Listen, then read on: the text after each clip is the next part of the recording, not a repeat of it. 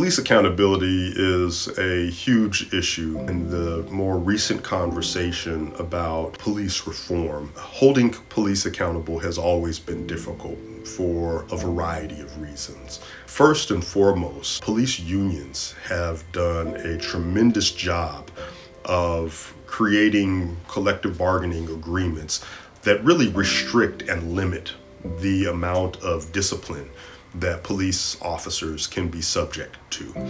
And I have nothing against unions. I'm a strong believer in unions and the role that unions have played to shape this country and protect workers. But laborers, right, and other types of workers are different than militarized agents of the state.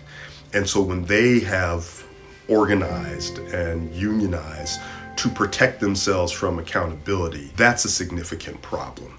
And so the role that the police unions specifically have played in protecting them from accountability has had a significant impact on the ability to hold police accountable, to discipline them, to terminate them. The other piece is a legal doctrine called qualified immunity that protects police from accountability. If a police officer violates someone's rights, there certainly could be criminal prosecution, but again, because of the way that the law has been interpreted, officers' actions are going to be viewed through the lens of whether or not what they did was reasonable. The individual officer who is accused of misconduct is compared to what a quote-unquote reasonable officer in that position would do. So there's kind of a legal standard that exists for criminal punishment of police officers. Then to hold police officers civilly liable, meaning not prosecuting them and sending them to jail, but getting some money from them for the harm that they've caused. If someone was severely injured and is out of work, has accumulated significant medical bills, who's going to pay for that? Well, that person could go to the officer who violated their rights and sue them civilly. But the doctrine of qualified immunity, which is made up by the courts, it's not a statute, it's not a federal statute, it's not a state statute, it was made up by the courts, says that essentially a police officer, if they violated someone's rights, can't be held accountable unless there's another case that a previous officer did the exact same thing or something so close that it's almost like the exact same thing. And that other court, the previous court, found that officer violated someone's rights. The problem is there are plenty of other cases where an officer did something similar, but because of the doctrine of qualified immunity, the court will say, well, this was a violation of rights, but it wasn't clearly established that what this officer did was a violation of someone's rights because there wasn't a prior court case where they held that the person's rights were violated by the police officer.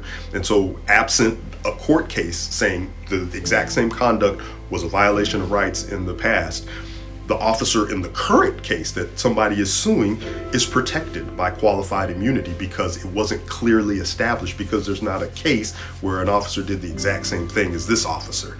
And so they don't have to pay anything because the case will get dismissed. The problem with that is that the person who was harmed is never compensated for that. Now, police officers and those who are supporters of police will say, well, we need qualified immunity to protect us because if we get sued, we could lose our home just for doing our job.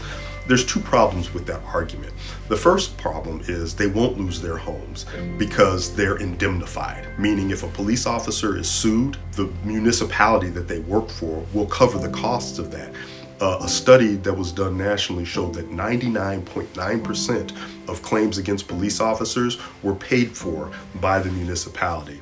And so even though an officer is claiming that they might lose their homes, who's going to pay for the home's worth of damage that was done to the victim of police violence? So that's the first problem with it. The second problem with it is if we get rid of qualified immunity, the Fourth Amendment still protects police officers because it establishes reasonableness standard. And so if a police officer violates a person's rights, if what they did was reasonable under the law, they're still protected. They don't need qualified immunity. So those are two of the biggest problems with holding police accountable. And that mentality informs police officers. Police officers say, I would rather be judged by 12 than carried by 6, which means I'd rather violate somebody's rights and have to go before a jury than potentially not make a split-second decision and end up dead. But the reality is you can still make those split-second decisions and not be punished for it if your actions are reasonable.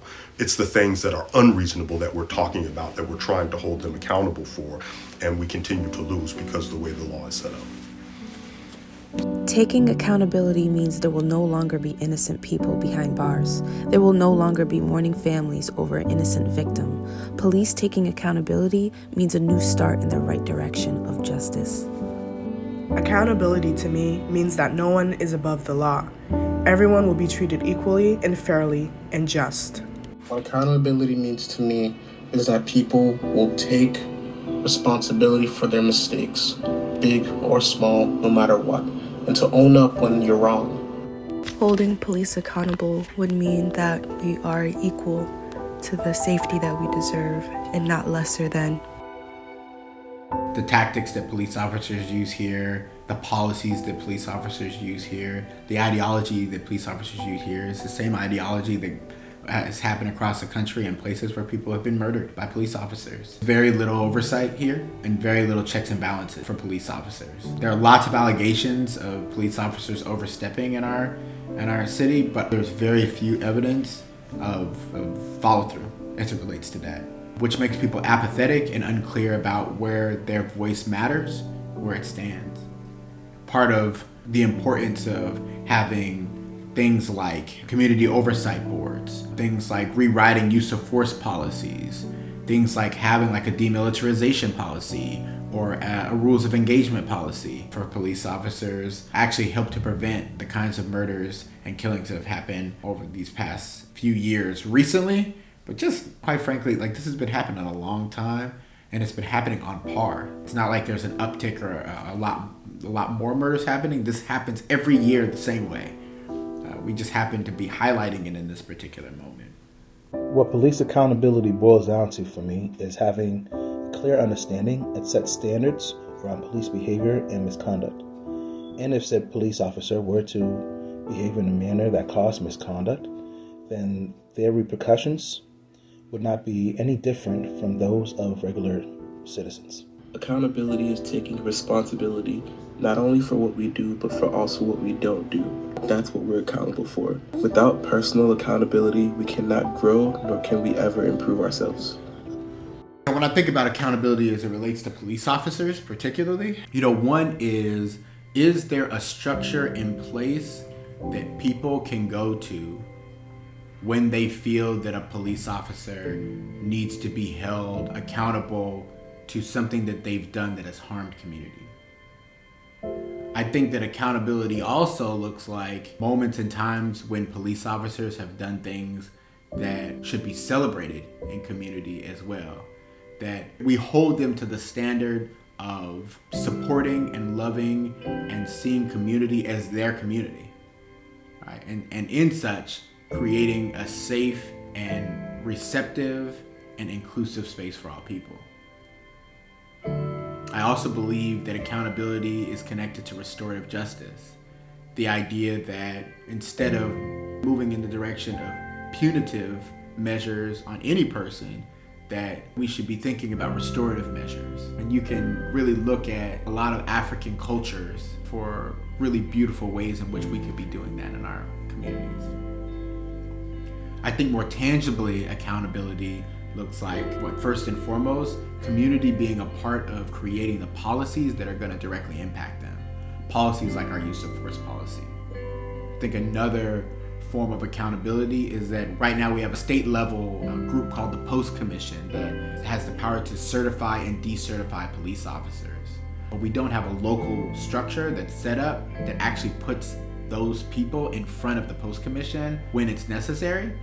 And I believe that what we need is a community advisory board to be able to weigh on that. And that those people should be community leaders from different walks of life who understand the community, understand what the community wants, and really is advocating for community to include police officers and people in that process.